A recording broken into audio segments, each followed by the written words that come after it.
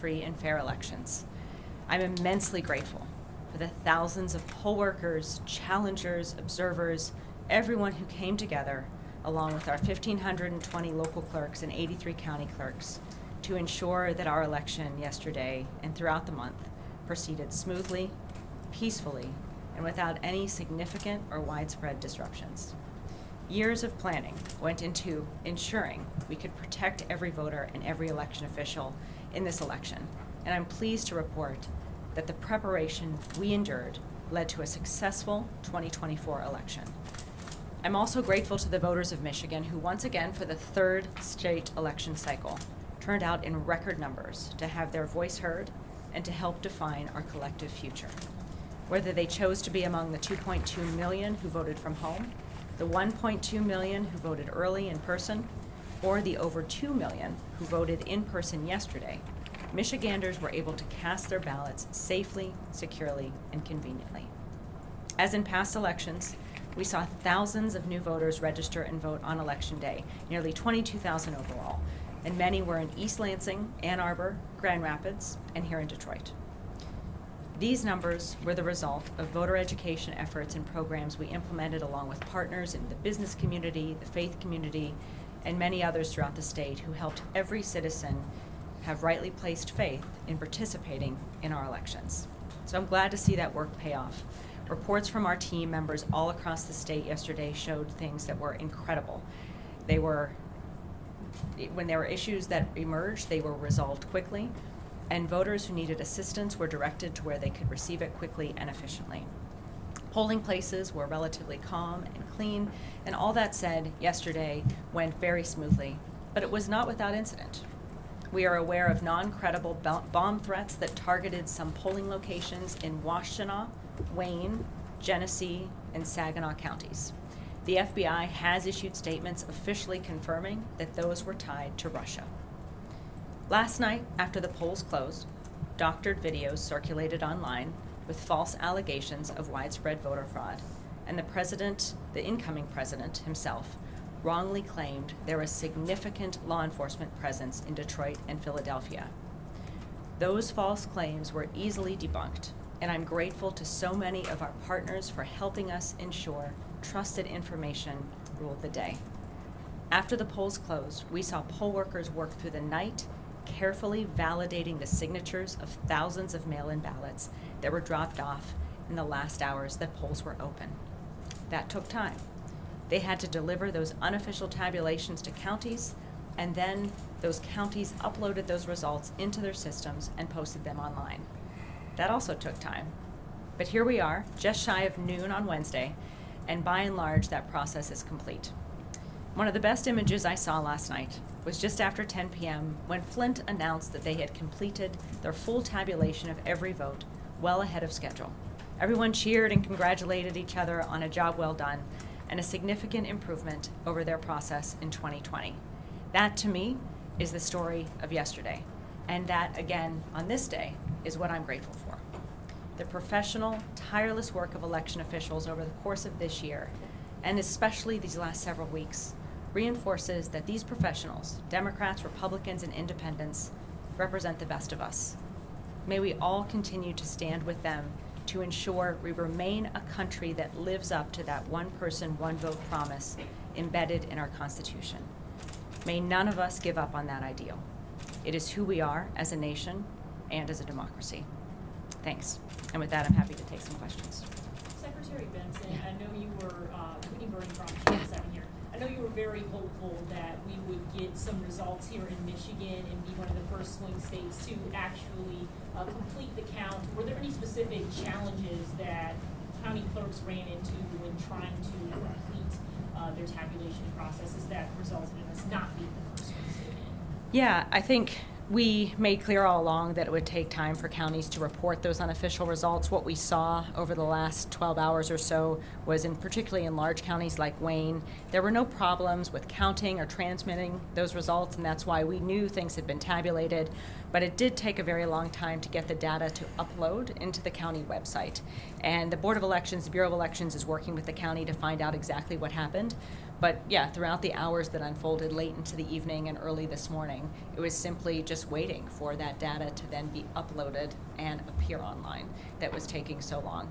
And we'll look into, what connections, whether it was internet connections or others that impacted that. But at the bottom line is, it did take time, and here we are, earlier than we were in 2020, able to say that the tabulation is for the most part complete. The other thing I'll say, and that I emphasized last night, is that we know there's still about 6,000 outstanding military and overseas ballots. If they're postmarked by yesterday and are received by Tuesday, November 12th, they will be added to these unofficial results as well. One quick follow-up question to that. Were there any particular counties or cities throughout the state that had any hiccups or challenges that made it a little bit more lengthy for them to finish their process? Nothing significantly widespread. That's what was so interesting as the hours unfolded. And one of the things I noticed as I talked to clerks and showed up in Huntington Place just to get eyes on the situation and see what was going on, was that people were exhausted, in part because of the long early voting period, especially here in Detroit. That was very helpful in that it created options for people to vote and extended the hours for pre-processing.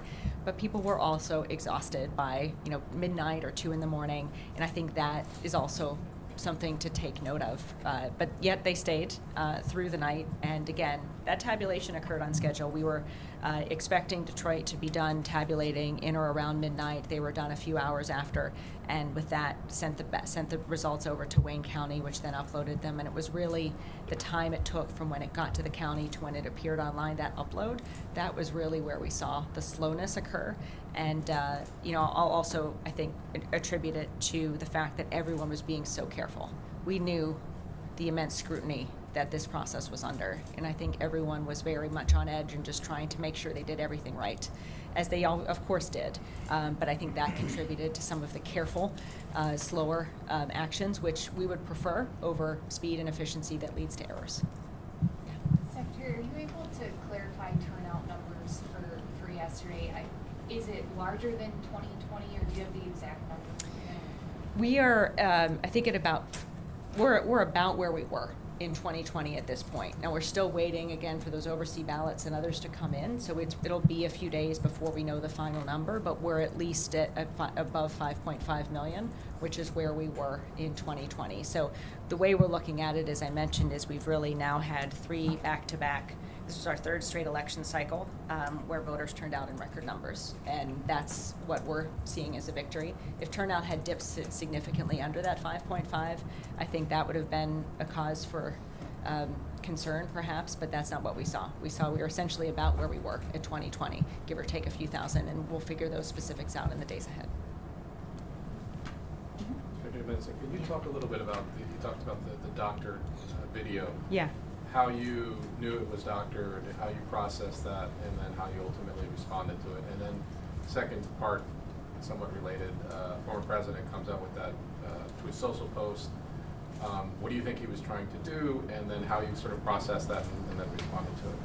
Yeah, to the latter point, the former president saying there was a significant law enforcement present in Detroit and Philadelphia, I was grateful that DPD quickly debunked that, as well as our office, and said quite clearly that everything was calm and smooth, and to the extent that law enforcement were showing up as partners, it was simply that. There was no indication of anything arising.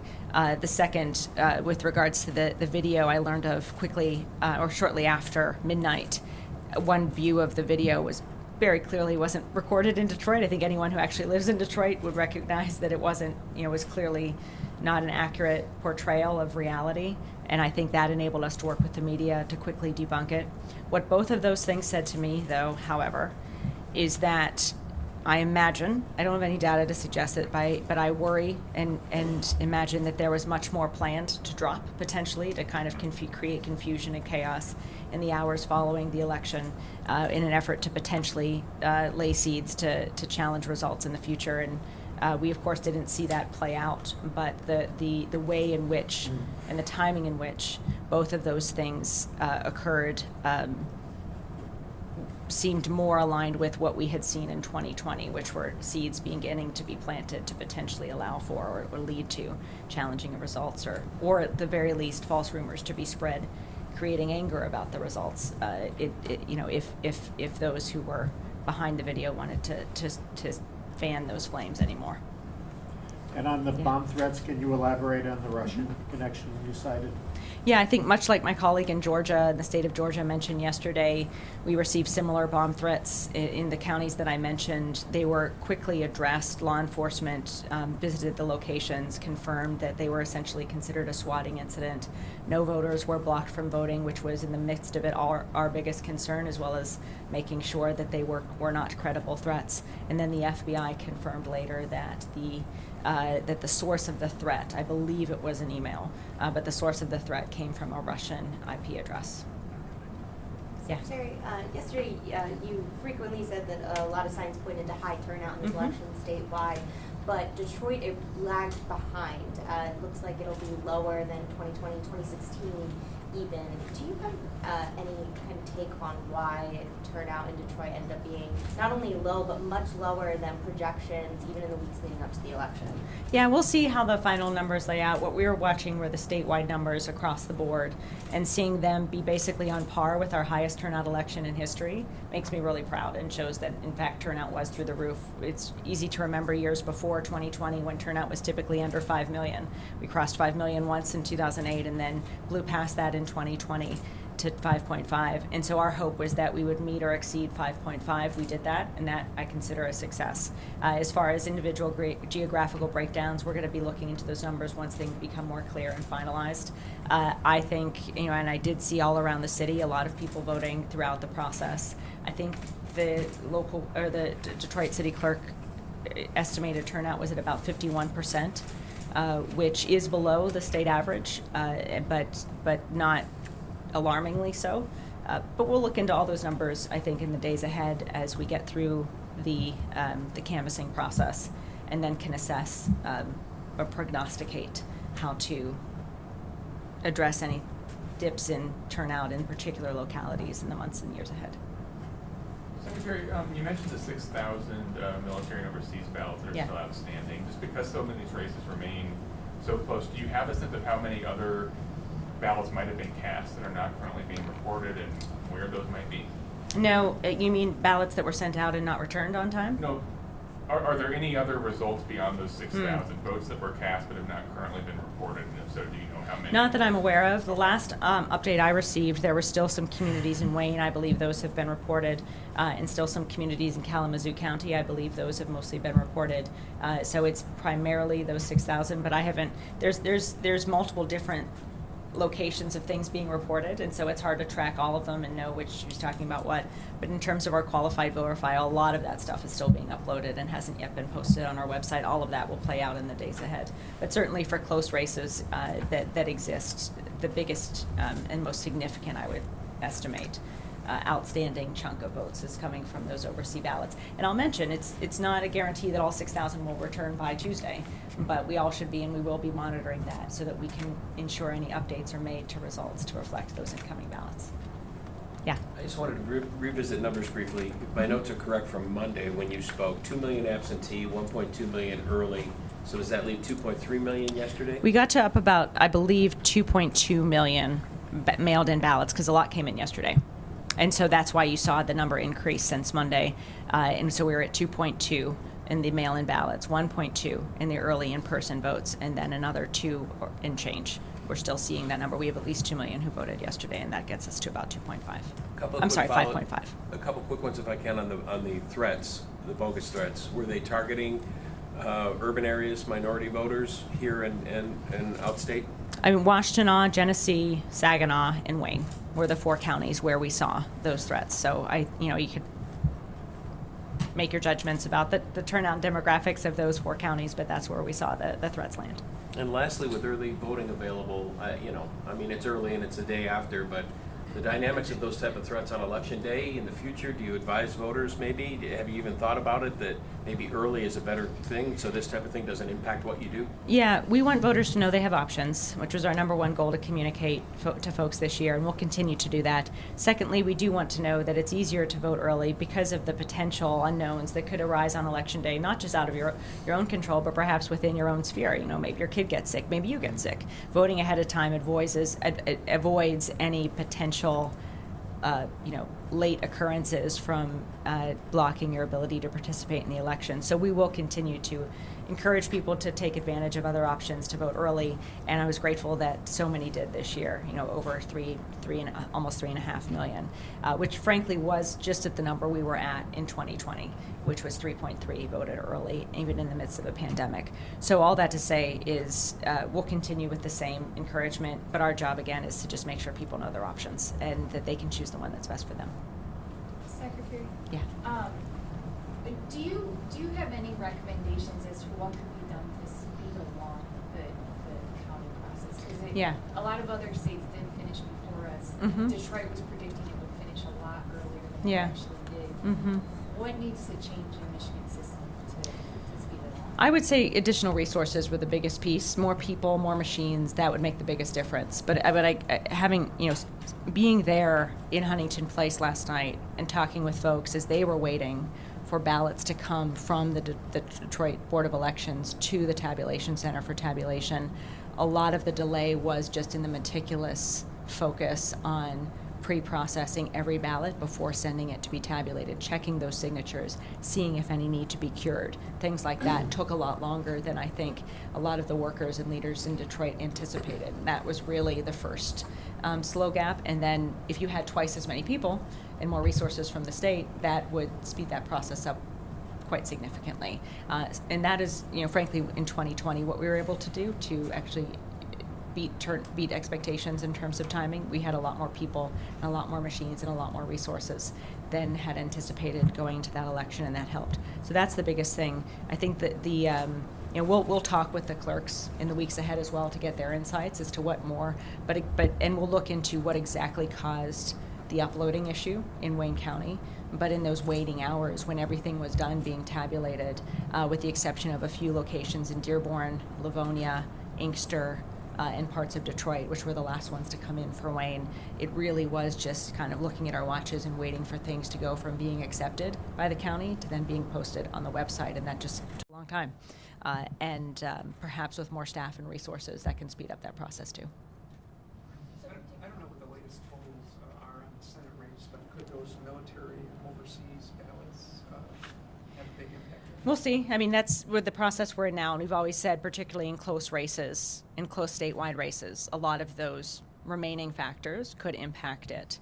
And so we'll just report things as we know them, I think, at this point, and focus on tabulating all the valid votes and then getting them posted online as they're available. And are those processed or treated any differently, or do they just get processed as they come in? They come in just as if they were any other overseas or military ballot. They just, as long as they're postmarked by Tuesday, November 5th, they will count. So could some of these 6,000 already be counted? My understanding is that they are still outstanding and have not yet been received at all.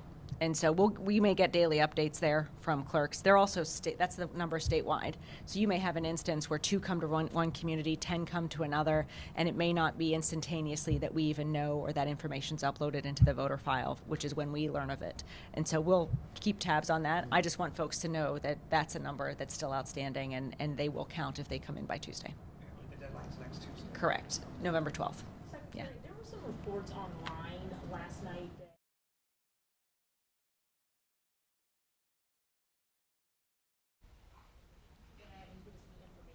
Thanks so much for joining us here on CBS News Detroit. I'm Lauren Winfrey. President-elect Donald Trump winning the election. Much more on that shortly. But first, Michigan Secretary of State Jocelyn Benson bringing us an election update right now. Let's listen in. To the extent that there may be more circulating online or videos or allegations, they're more likely to be misinformation. This was something that occurred. It didn't impact any ballots or any valid votes, and we're continuing to monitor the chatter around that and other things to be able to debunk things as they arise.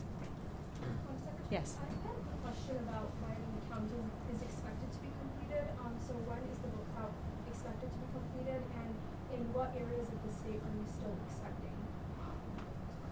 The last I checked, which was a few hours ago, there were, as I mentioned, still, and this is they've since completed, but the final communities I was aware of were parts of Wayne County, Livonia, Dearborn, parts of Detroit, which I think have long been done, and Inkster, and then parts of Kalamazoo City, Portage, and one township there. I believe they've all now been finished. They've all now finished. we have a couple more outstanding. We can get you those specifics. It's not a significant number, but we'll get you all those data points as we have them. I think that, again, the thing to remember that, like many of you, because of our decentralized process, we get what's uploaded into the voter file, but sometimes things get posted online before it gets to the voter file, and so what we may have may lag from what you have in other ways or what you're getting from the counties. But there's a process between when something's tabulated to when it gets posted either in the voter file or at the county's website, and that time, that process, is where a big chunk of the weight has come from. In other words, just because something's done being tabulated doesn't mean it's instantaneously going to be available online because of the security checks and additional transmission that happens in between that and when it gets posted. And then in regards to early voting, can you share a little bit about the turnout you expected with early voting compared to what you saw? Yeah, early in this process, in late September, early October, we were looking at the number of ballots that were being requested, and they were running far below where we were in 2020. So I actually came into the latter days of this election cycle thinking we'd have a much lower turnout election than we did in 2020. So to me, the fact that we met or possibly exceeded 2020 overall is a great victory. What caused that victory was the number of people we did not anticipate showing up and voting at early voting centers, 1.2 million overall.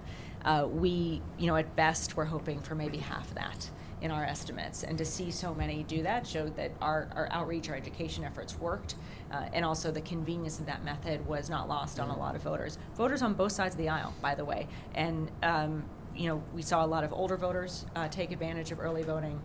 We saw a lot of new voters, as well as many who had voted before.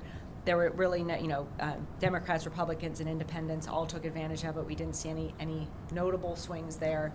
It was just a convenient option that people all around the state embraced. And that, to me, for us as election administrators, is really the biggest success story of this election. It was the first time we'd done it. We had 2 earlier statewide elections with much lower user rate of between 70 and 75,000 in a statewide election total. To go from that to 1.2 million without a hitch, essentially, was extraordinary.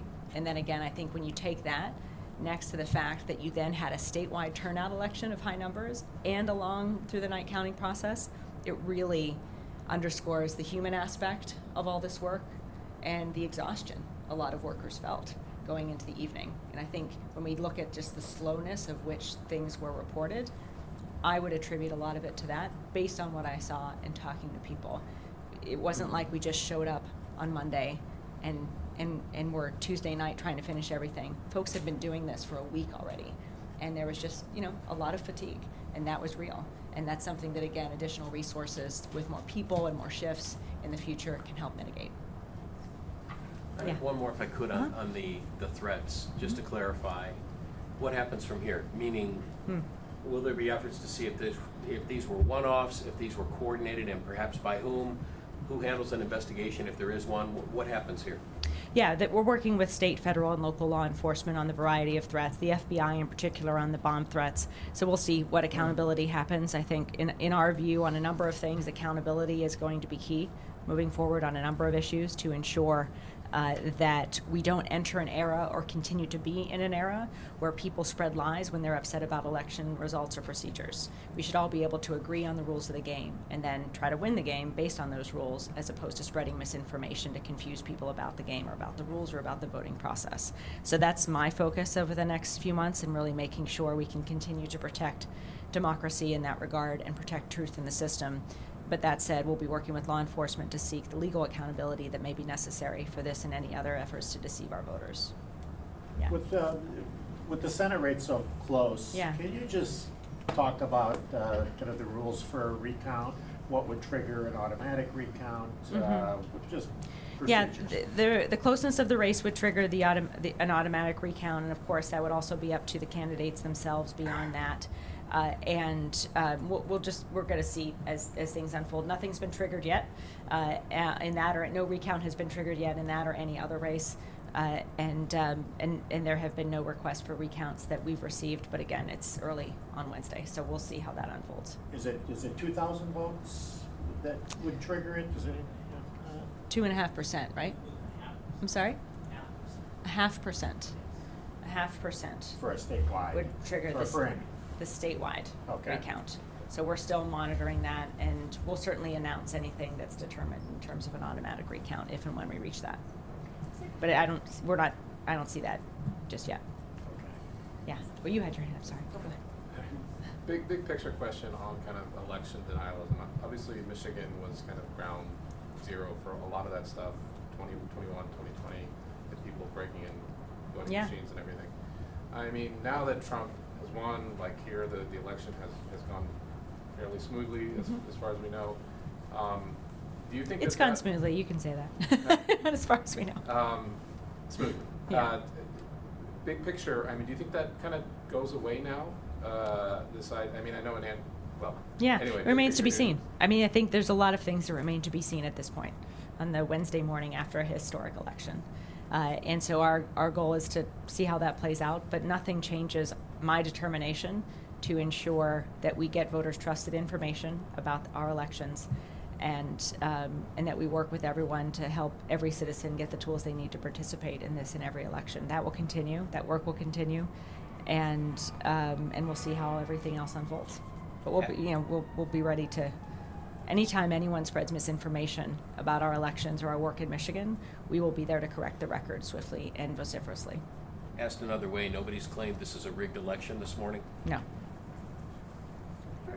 Following up on that, for those who watched the scenes outside TCF Center in 2020 and Stop the Steal, fraud, protests, and the calm scene at Huntington Place last night, what do you attribute to the difference in the situational election night here?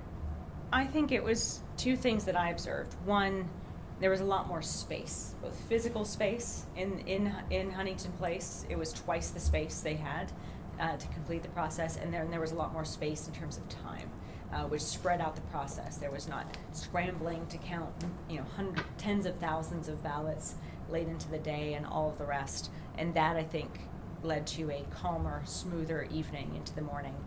And the other thing, though, I saw, and I visited Huntington Place throughout the pre-processing period as well last week, was there were observers, there were challengers, and everyone followed the rules.